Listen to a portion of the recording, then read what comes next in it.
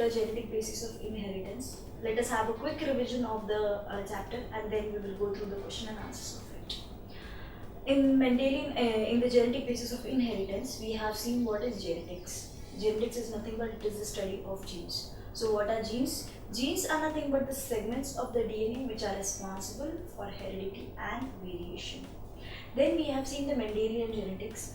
Gregor Johann Mendel was called as the father of genetics, and we have seen his experiments. After his death, he was called as the father of genetics because when he has actually presented his various experiments in front of the scientist committee, it was not approved. But later on, his experiments were taken up by his colleagues, by his students, and then they have found that these experiments which were done by Mendel were very valuable, and a new field in biology has come into picture, that is nothing but the genetics. So Mendel is called as the father of genetics.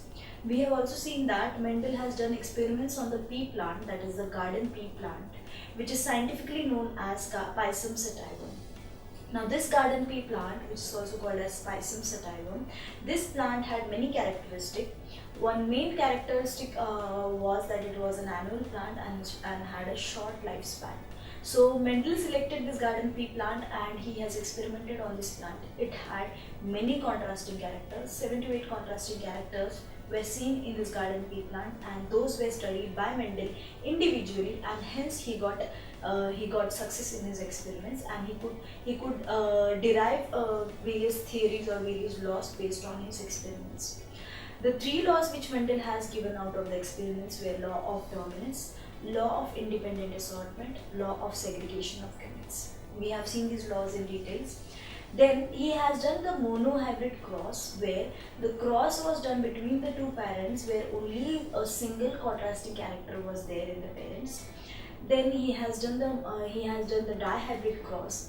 Test cross, back cross, and various crosses were done to check the purity, or to check the various laws which he has come into, various laws which he has derived from his experiments. And then there was non-Mendelian genetics also, that is nothing but the pleiotropy, multiple genes, multiple alleles, then incomplete dominance, codominance, polygenic inheritance, and so on. So these non-Mendelian genetics. In the Mendelian genetics, he has explained that there is a dominant gene and a recessive gene, but there is also one more concept which is there, that is the incomplete dominance, where the dominant character is not completely expressed. We have seen the red flower and the white flower, when they are crossed together, they will give you a pink flower. That means the red color which is there, it is incompletely dominated. Similarly, we have seen the codominance, in that we have seen the white cow and the red bull, and these two, when they are crossed together, they will give you the generation which will be having both the genes expressed, and hence they are called as codominance, since both the genes are dominated. Then we have seen the multiple genes, then polygenic inheritance and pleiotropy. So these were all the characters, and these were all the laws which, based on which we can see that the inheritance or the transmission of the gene from one generation to another is taking place, and these various laws of Mendel were true for various generations, and hence these laws were given importance. Then we have seen the non-Mendelian genetics also, which are practically we are seeing in our day-to-day life. The genes which are there, the genes which are being transferred from one generation to another, are transferred based on these laws, and that's why there are certain genes which are expressed, there are certain genes which are suppressed, there are certain genes which are expressed later on in some other generation, there are certain genes which remain hidden. For example, we have seen sickle cell anemia. There were parents which were carrier for sickle cell anemia. Carrier means the person is having gene for sickle cell anemia, but it is not expressing. Until and unless both the dominant genes for sickle cell anemia come into picture, the person will not have sickle cell anemia and it will survive. That person is called as a carrier, which is having the gene, but it is not having the disease called as sickle cell anemia. So these were all the various laws or based on which Mendel has derived his various experiments, various laws, and they are proven. And hence we have understood that there is something which has been transferred from one generation to another, and there is a pattern for the inheritance. And hence this chapter, genetic basis of inheritance, is important to study the genetics. Now let us see the question and answers of this chapter. First of all, we will see the long answers. In long answers, we will be seeing the 5 important questions which are regularly asked in the exams. Describe the steps or procedures of Mendel's experiment with a suitable example. Then, why did Mendel select the garden pea plant for his experiments, and explain the characteristics of garden pea plant. Then the next question is, state and explain the law of dominance with a suitable example.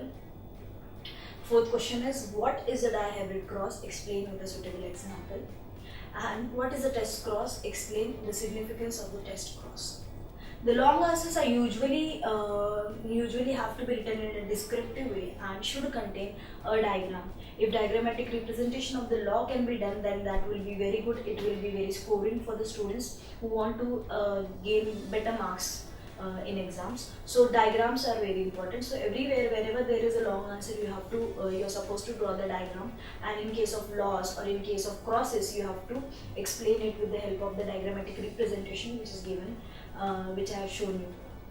Now, first question that we will see is, describe the steps or procedure in Mendel's experiment. In Mendelian experiment, he has followed the three-step method, in which he has taken the first step as selection of the parents. The selection of the parents is a very important step in Mendelian experiment, because his experiments were based on the concept of dominance and recessive, and as well as pure and hybrid varieties.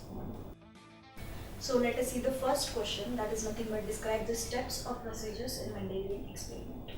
First of all, Mendel selected the garden pea plant, and it's an annual plant, so his experiments were conducted throughout the year, and there was no hindrance in between. Only the lifespan of the garden pea plant was 3 to 4 months. Then he has done his experiments in a stepwise manner, and that's why he got success in his experiments. The first step in Mendelian experiment was selection of the parents.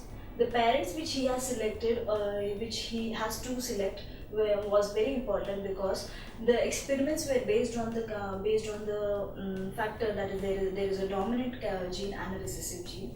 Also, it was based on the concept of purity or pure line and hybrid varieties.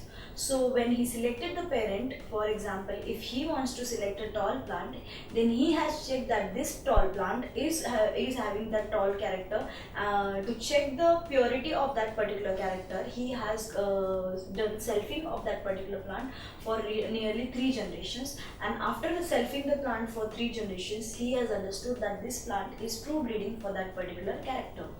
Then for recessive also, he has done the same thing. He has taken the plant which is dwarf, and he has done the selfing of that plant for 3 generations and checked that the genes which are there, they are pure, and the plant is a pure line plant. After selecting the plants, then he has done the second step, that is nothing but crossing these 2 parents and then getting the F1 generation. So the second step is nothing but the parents which he has selected, the selected parents were crossed, and then the F1 generation was produced. F1 generation seeds he has collected separately, and then the plants which were grown, they were called as the F1 generation. These F1 generations, they were taken, and then the third step in Mendelian's experiment is nothing but crossing of the F1, selfing of the F1 generation within each other, and then getting the F3 generation. So the first step we have seen in Mendelian experiment was nothing but selection of the parents. After selection also, he has confirmed that those parents are true breeding for that particular character.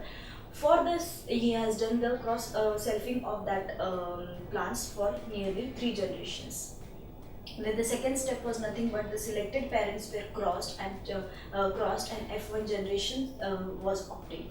So after crossing, the seeds which he got, he planted them, and then he understood that there is F1 generation which is expressing only one character. Then the F1 generation were allowed to do selfing, that is nothing but it is the third step. And then the after doing the selfing, the generation which he got was called as the F2 generation, that is the second filial generation. So in the second filial generation, he has checked his results and he has derived the two ratios, that is the phenotypic as well as the genotypic ratios. So phenotypic ratio was based on the phenotype, on the morphological characters, external characters which we can see, and genotypic ratio was based on his calculations which he did based on with the help of the Punnett square. So Punnett square was a probability square which was used, and then he has understood that he has made the crossing, so the selfing, and then he has understood that there are plants, what is the probability of getting what kind of plants. So that is nothing but it is the probability square which is used to find out what will be the ratio of what will be the genotypic ratio of that particular plant after doing self pollination. Then the next question that we need to see is, why did Mendel select the garden pea plant and explain the characteristics of the garden pea plant? As I've told you, garden pea plant is scientifically known as Pisum sativum.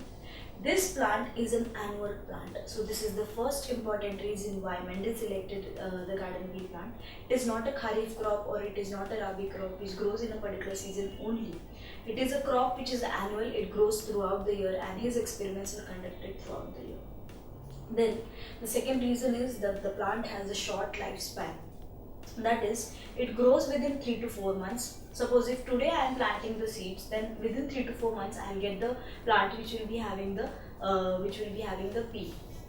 Then the next reason why Mendel selected this plant is that it is a self-pollinating plant. Self-pollinating means it is having both the character. It is also called as the bisexual plant. It is having both the male as well as the female organs, and there is no other flower required. So the plant which is there, it is doing the self-pollination within the same flower. That is, the male gamete will fuse with the female gamete within the same flower, and hence the self-pollination is possible. So it was easy for Mendel to study this kind of plants. Then the plants were having larger flower for easy emasculation. Emasculation is nothing but removal of the male organ for the cross-pollination. So when Mendel was doing experiment, cross-pollination was very important to check how the inheritance pattern goes on, and hence Mendel has done cross-pollination. For doing cross-pollination, emasculation was important, and there the emasculation was done by removing the male organ. So having large flowers was important, so that the emasculation was easy. With the help of the forceps, the male organ can be easily removed. Then another reason for selection of this plant is nothing but this plant is having many contrasting character. That is, it is having at least 7 contrasting character, which he could study and he could understand that there are the various patterns of inheritance. For example, the garden pea plant which he has selected has the characters which were completely contrasting in each other. For example, there was tall plant and there was dwarf plant, but there was no middle height. That means there was no plant which was having the middle height. It was either tall or the dwarf. Then there were plants which were having the green seeds and yellow seeds. No mediocre color was seen in between. Then there were, if you see the flower position, flower color, then the color of the pod, the shape of the pod, the shape of the seed, the color of the seed. So these are all the characters which were there in the garden pea plant, and these all characters were having extremely contrasting characters, and that's why Mendel selected this garden pea plant for his experiments.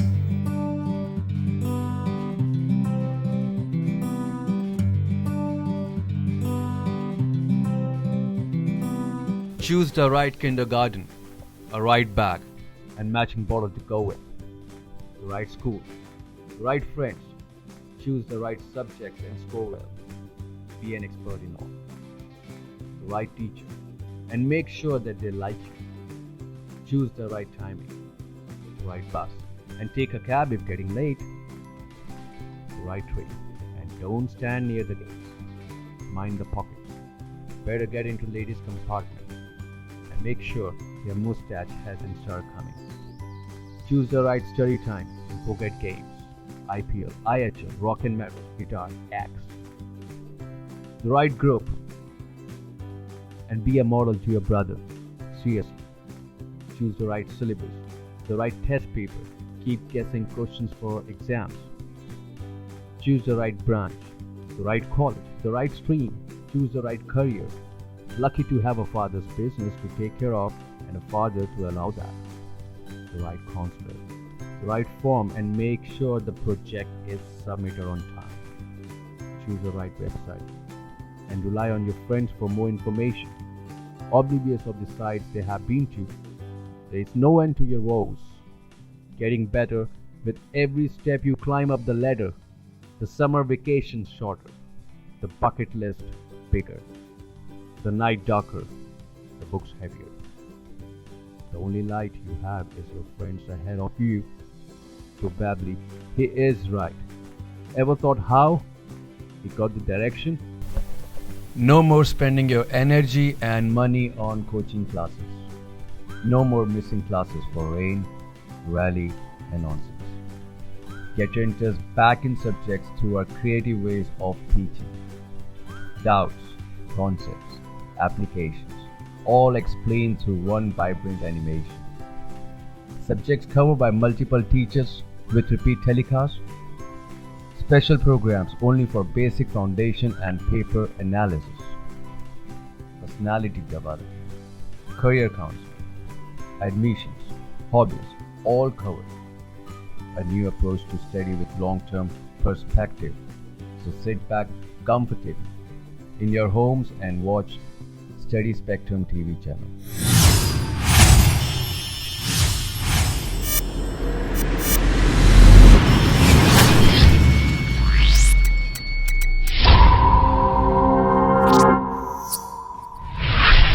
So the next question that we'll be seeing is state and explain the law of dominance with a suitable example. Now, law of dominance is nothing but when we cross the two plants, we get the F1 generation. In that, there is one character which is dominant, which is expressed, and the another character which is the recessive one, which is not expressed in the first generation. So, according to the Mendelian's law, there are two characters. There is one character is called as a dominant one, and the other character is called as a recessive one, which is suppressed, and the dominant one which is there, it is expressed in the next generation. So let us take example of the tall plant and a dwarf plant. If two plants are taken, one is having tall height, and another plant is having a dwarf height. If these two plants are crossed with each other, we will not get the middle height, or we will not get the plants which are having the dwarf height. The plants which will be produced in the F1 generation will all be having the tall height, that is the stem height will be tall. Now this indicates that the tall character which is there, it is the dominant one, and hence it is expressed in the next generation. So this is what is law of dominance, which indicates that there is one character which is dominant and there is another character which is recessive, which is not expressed in the next generation. To explain this law of dominance, we can take the various examples, like we can also take the color of the flower, we can also take the shape of the seed or color of the seed. There is a dominant one and there is a recessive one. The yellow color is dominant and green color is recessive in case of the color of the seeds. So if we cross these two, we will get the yellow seeds only, because the yellow color which is there, it is the dominant one. So this way the law of dominance can be explained using any example of your choice. You can take any character which will be having one dominant and another recessive gene. You can cross, you can show it diagrammatically, for long as you have to always, I have told you that you have to always represent it with the help of the diagrams. Then the next question that we'll be seeing is nothing but what is a dihybrid cross? Explain with a suitable example. For dihybrid cross, you always need to draw that Punnett square, which will help you to find out the probability of the matching of the pairs. So in the dihybrid cross is nothing but, first of all, we will write the definition of the dihybrid cross. It is a cross between two parents having two pairs of contrasting character. That means the parents which are there, they are having two characters which are completely contrasting. For example, if I take a plant which is having yellow and round seed, and another plant which is having green and wrinkled seed. So yellow here, it is a dominant character for the seed color. Here green is the recessive character for the seed color. And the shape of the seed, if you see, the round one is the dominant one and the wrinkled one is the recessive one. So if you take these two plants which are having only these two contrasting characters, rest all characters are completely same, then we call it as a dihybrid cross, because we are hybridizing the plants which are having only these two contrasting characters, rest all characters are same. So dihybrid cross is a cross between the parents which are having two pairs of contrasting character. Then, when these two contrasting characters are these two plants which are having the contrasting characters are crossed with each other, in the F1 generation we will get all the plants which are having yellow color and round shape. So as I told you, the law of dominance, yellow and round are dominant, and hence they are expressed in the F1 generation, that is the first filial generation. But the genotype, if you see for this plant, will be having both the genotypes of the yellow as well as the green, here the round as well as the wrinkle. So all the phenotypes will be mixed up, and you will get the phenotype as shown in the picture, the genotype as shown in the picture. And then if you find the gametes which are there, there will be different gametes which will be formed, and these gametes togetherly, they will fuse together, they will fuse and they will give you different varieties of plants in the F2 generation. So using the Punnett square as per the picture, you can find out how many types of plants can be seen. So if you see the phenotypic ratio after doing the selfing of the F1 generation, you will get that in the F2 generation we are having the ratio 9:3:3:1. That is the phenotypic ratio 9:3:3:1. That means we are getting 9 yellow round, 3 yellow wrinkled, 3 green wrinkled, green round, and then 1 green wrinkled. So these are the phenotypic ratio, and the genotypic ratio is very long. So you have to see the genotypic ratio, and genotypes are around 9 genotypes are there which are in a different ratio. So this ratio of the phenotype you can see in the picture, and you can understand that these are the various types of genotypes which we will get using the dihybrid cross. So for a dihybrid cross, we can take the best example of the yellow round seeds and the green wrinkled one. If you cross them, you will get the F1 generation. All will be having yellow round, but the genes of both the yellow as well as the green seeds. And these genotypes, when they are self-pollinated or selfing is done, then we will get the various other genotypes, and phenotypes will be of the 4 types: yellow round, yellow wrinkled, green round, and green wrinkled. So this way, this is the dihybrid cross. So the next question that we'll be seeing is, what is a test cross? Explain its significance. Test cross is nothing but it is a cross between the F1 generation and with the recessive parent.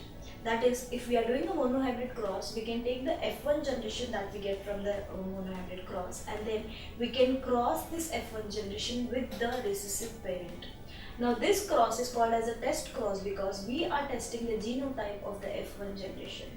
Assume that we don't know what are the genotypes of the F1 generation, and then using the probability square we can understand that what is the genotype of the F1 generation. So when we cross this with the recessive parent, in the recessive parent we know that the gametes which will be formed will be only the small characters. That means if we take a tall plant and a dwarf plant, in the recessive parent the dwarf plant will be having only the small t and small t gametes. These gametes, if they fuse with the F1 generation, and if we get the 50% pure tall and 50% hybrid tall, then we can understand that the genotype of the parent were capital T and capital T. But if we are getting 50% hybrid tall and 50% dwarf, then we can understand that the plants that the genotype of the parent will be capital T and small t. So this way we can understand the genotype of the parent using the test cross. Test cross will help you to understand what are the genotypes. When we cross it with the recessive parent, there are chances that we will get only the hybrid tall plant and pure dwarf plant. Then it will be the genotype, we can predict that it will be capital T and small t. And if we are getting hybrid tall and pure tall, 50-50 is the ratio, 1:1, then we can understand that the plants are having both the genotypes as capital T and capital T. So this way we can use the test cross. And the significance of the test cross, as I told you, that it can be used to find out what is the genotype of a particular generation. For example, if you don't know what are the genotypes, then you can simply cross it with the recessive parent and you can predict what will be the results. And according to the predictions, we can find out what will be the genotype. So using the Punnett square, we can find out what are the genotypes of that particular generation. So this is the significance of the test cross. It helps in finding the genotypes of a particular generation. So now let us see the short answers. In short answers, first we will see enlist the seven traits selected by Mendel in the garden pea plant. So in the garden pea plant, the 7 traits were: first is the height of the stem, it will be tall and broad. Then it will be the shape of the seed, it will be round and wrinkled. Color of the seed, it will be yellow and green. Then shape of the pod, it will be constricted and inflated. Then color of the pod, it will be green and yellow. Green is dominant here. Then we will see the position of the flower and the color of the flower. The position of the flower will be either axial or terminal, and then the color of the flower will be either colored or it will be white. It can be purple or it can be white. Then the seed coat color, that is the 8th character. The seed coat color is nothing but it can be the transparent one or the colored one. So this way we are seeing the various characters which were selected by the Mendel. For this answer, we can just make a box and we can write the characters in one side, and in the another column we can write the dominant one. Then the next column we can write the recessive one. So this way, this box which will be helping in understanding the 7 traits and also the dominant as well as the recessive character of that character. Then give the graphic representation of the monohybrid cross. As I've taught you the monohybrid cross, you can directly show the graphic representation of the monohybrid cross. Take the tall plant and the dwarf plant. If you take the tall plant, the genotype, first write the F1 generation, then we have to write the male and the female of the F1 generation. One plant will be considered as male and another plant will be considered as female. Then in the phenotype we can write as tall and dwarf here. Then in the genotype you have to write the genes of the tall plant, that will be capital T, and here it will be small t and small t. Then the gametes which will be formed here will be having all capital T, and this side we will be having only small t. Then the fusion of this generation will give you F1 generation, and then these gametes will fuse to form the F1 generation, which will be having capital T and small t, and this will all be the tall plants. Then after producing the F1 generation, we can use the Punnett square to represent the F2 generation. So we can simply write F2 generation by Punnett square, and then we can show it represent it in the box. In the F1 generation, we are getting 2 different types of gametes, capital T and small t. So capital T and small t you can write up as well as down, and then if we cross them, we will get the 3 different types. The phenotypes of the plants will be tall and dwarf, and the genotypes will be pure tall, hybrid tall and dwarf plant. So this way the phenotypic ratio will be 3:1 and genotypic ratio will be 1:2:1. So these all we have to end up with the ratio, and we have to write the phenotypic as well as the genotypic ratio, and then we can explain what is a monohybrid cross. If it is for short answers, you only have to draw the diagram, and if it is for long answers, you have to explain what are the steps in Mendelian experiment. Also, you have to explain the monohybrid cross in detail. You have to write the definition of the monohybrid cross and explain the monohybrid cross along with the diagrammatic representation if it is for the long answers.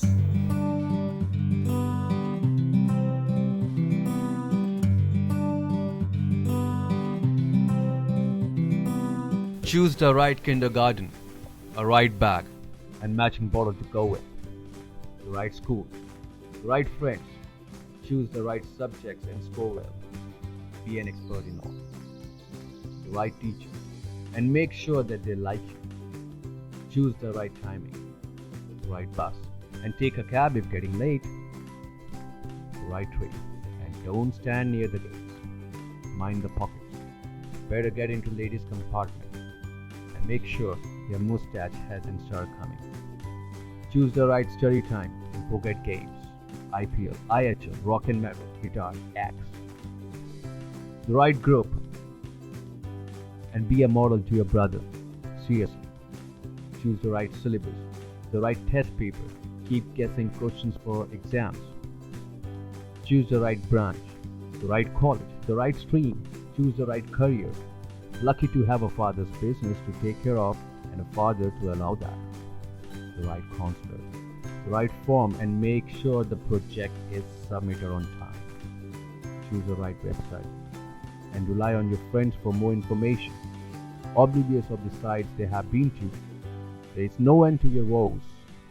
Getting better with every step you climb up the ladder. The summer vacation shorter, the bucket list bigger, the night darker, the books heavier. The only light you have is your friends ahead of you. Probably he is right. Ever thought how? You got the direction? No more spending your energy and money on coaching classes. No more missing classes for rain, rally, and nonsense.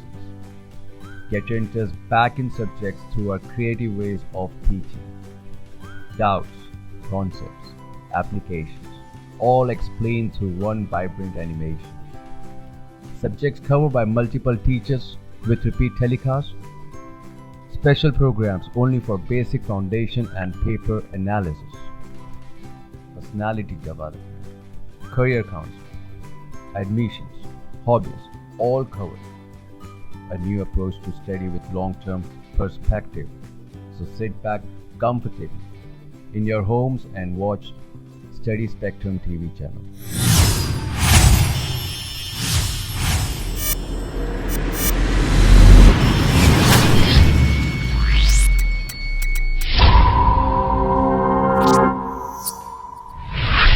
So the next question that we'll be seeing is explain why law of segregation of gametes is also called as law of purity of gametes. First of all, we should know what is law of segregation of gametes. In this, the law states that when two gametes come together in the next generation, they segregate out separately. So they remain together, they do not get mixed with each other, and they are segregated out separately in the next generation. So in a monohybrid cross, if we see the plants which are having a red, yellow color seed and green seed, if we mix those two plants or if we cross these two plants in the F1 generation, we will get all the seeds which will be having yellow color only. But there are genes which are responsible for the green color. Although it is not representing the character, the seeds which will be there, they are only yellow color, but the seeds will be having both the genes of the yellow as well as the green color. So it will be having capital Y and small y. And then in the next generation, that is in the F2 generation, we can see that there are two types of plants. One will be yellow and one will be green. So out of 4 in the Punnett square, you will get 3 yellow and 1 green. So, and the genotypic ratio will be 1:2:1, that is 1 pure yellow you will get, 2 hybrid yellow and 1 pure green. So this indicates that the green color which is there, although it was there in the plant in the F1 generation, it did not mix with the F1 generation and it got segregated out separately in the next generation. So in the F2 generation, we can see the reappearance of the green color, which was completely disappeared in the F1 generation. In F1 generation, we got only yellow color seeds, but in the F2 generation, we have seen that there are green seeds also. This indicates that the genes which are there, they remain together, they express together, but they segregate out separately in the next generation. So this is what is law of segregation of gametes, and hence it is called as law of purity of gametes, because the green seeds which are there, they are completely green, they are not having any tinge of the yellow color, and hence they are called as the pure genes or pure gametes, and hence we call the law of segregation of gametes as law of purity of gametes, because the gametes are purely expressed in the next generation. Then the next question that we will see is write or note on pleiotropy. Now what is pleiotropy? Pleiotropy is nothing but when one gene is representing more than one character, then it is called as pleiotropy. For example, we can take the sickle cell anemia. In sickle cell anemia, the genes which are there, the genes which are responsible for sickle cell anemia can also contain simultaneously the normal gene. So if you see the diagram, you can understand that the gene which is representing the sickle cell anemia, if it is a carrier person, it will be having both the genes, it will be having the normal as well as the sickle cell gene. That means it will be having HBA and HBS. HBA stands for normal and HBS stands for sickle cell anemia. So in the carrier we can have both the genes, sickle cell as well as the normal one, and if these two carriers are crossed with each other, we will get three different types. One will be the normal person, the another 2% chances of getting the carrier one, and 1% will be having sickle cell anemia and it will die. So using the Punnett square again, we can find out what is the probability and what will be the ratio. The ratio will be 1 normal is to 2 carrier is to 1 sickle cell anemia person who will die because of sickle cell anemia. This indicates that one single gene is there, it is responsible for two different genes, and if we find the gametes of these, we will find in the HBS and HBA carrier, we will get the HBA gene also and HBS gene also. This HBA, if combines with HBA again, it will give you a normal person. That HBA, if it combines with HBS, it will give you the carrier one. That HBS and HBS, if they combine together, it will give you the sickle cell anemia person. This indicates that there is one gene which is representing more than one character, and that is called as pleiotropy. Then another question that we will be seeing is, what are polygenes? Explain with a suitable example. What are polygenes? Polygenes are nothing but there are different genes which are expressing a single character. For example, in the human beings, if you see the color of the skin, the height of the body, that is it is having various gradations. It is not that all the person will be having only 5.5 or all will be having only 6 inches height, 6 feet height. So this indicates that the height is having various gradations, and based on the age, based on their heredity, the genes which are there are transferred, and based on that their heights will be having variations. So these heights which are there, or color of the skin which is there, that is having various gradations, and that particular character is represented by more than one genes. If you see the color of the skin, and if you see a cross between the person who is a black person, and then between a person who is an albino and black, if you cross these two persons, you will get 7 different types of phenotypes. Now these 7 different types of phenotypes are such that it will be completely black, it will be very dark brown, then it will be dark brown, then it will be mulatto, that is intermediate, then it will be fair, very fair, and completely white, that will be albino. In a white person, the melanin pigment is not at all secreted, it is not at all produced, and hence the person is completely white.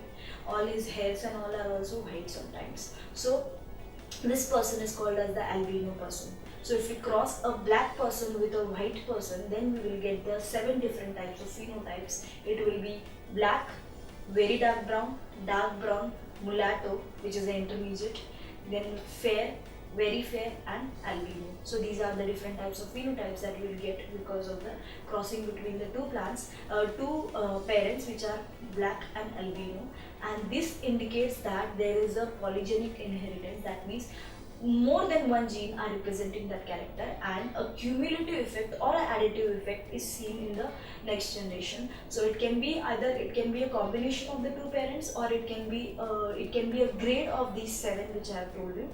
It can be any color which if we get the crossing of these two parents. So next we'll be seeing the very short answers. In very short answers, we have to see the various definitions, like what is genotype, what is phenotype, what is monohybrid cross. We have already seen dihybrid cross, so no need of repetition of that. Then we have to see the test cross. So what is genotype? Genotype is nothing but it is the genetic constitution or the arrangement of the genes on a particular on the chromosomes of a particular person. That is called as the genotype. And phenotype is nothing but it is the physical or morphological appearance of the organism. That will be the phenotype. For example, you can see the height of the body, the color of the skin, the external features that you can easily observe, that will come in the phenotype. Then, what is a monohybrid cross? Monohybrid cross is nothing but it is a cross between parents which are having single pair of contrasting character, and these contrasting characters are completely contrasting, there is no intermediate between them, and hence we are crossing these two parents which are true breeding for their own character, and then these two characters are crossed with each other. For example, we can take a tall plant and a dwarf plant. We can take a yellow seed and a green seed. If we cross them, we will get the product which will be having only yellow seed. So this is the monohybrid cross. Monohybrid cross is a cross between the two parents having only one pair of contrasting character. Another definition that we will be seeing is nothing but it is a test cross. So what is a test cross?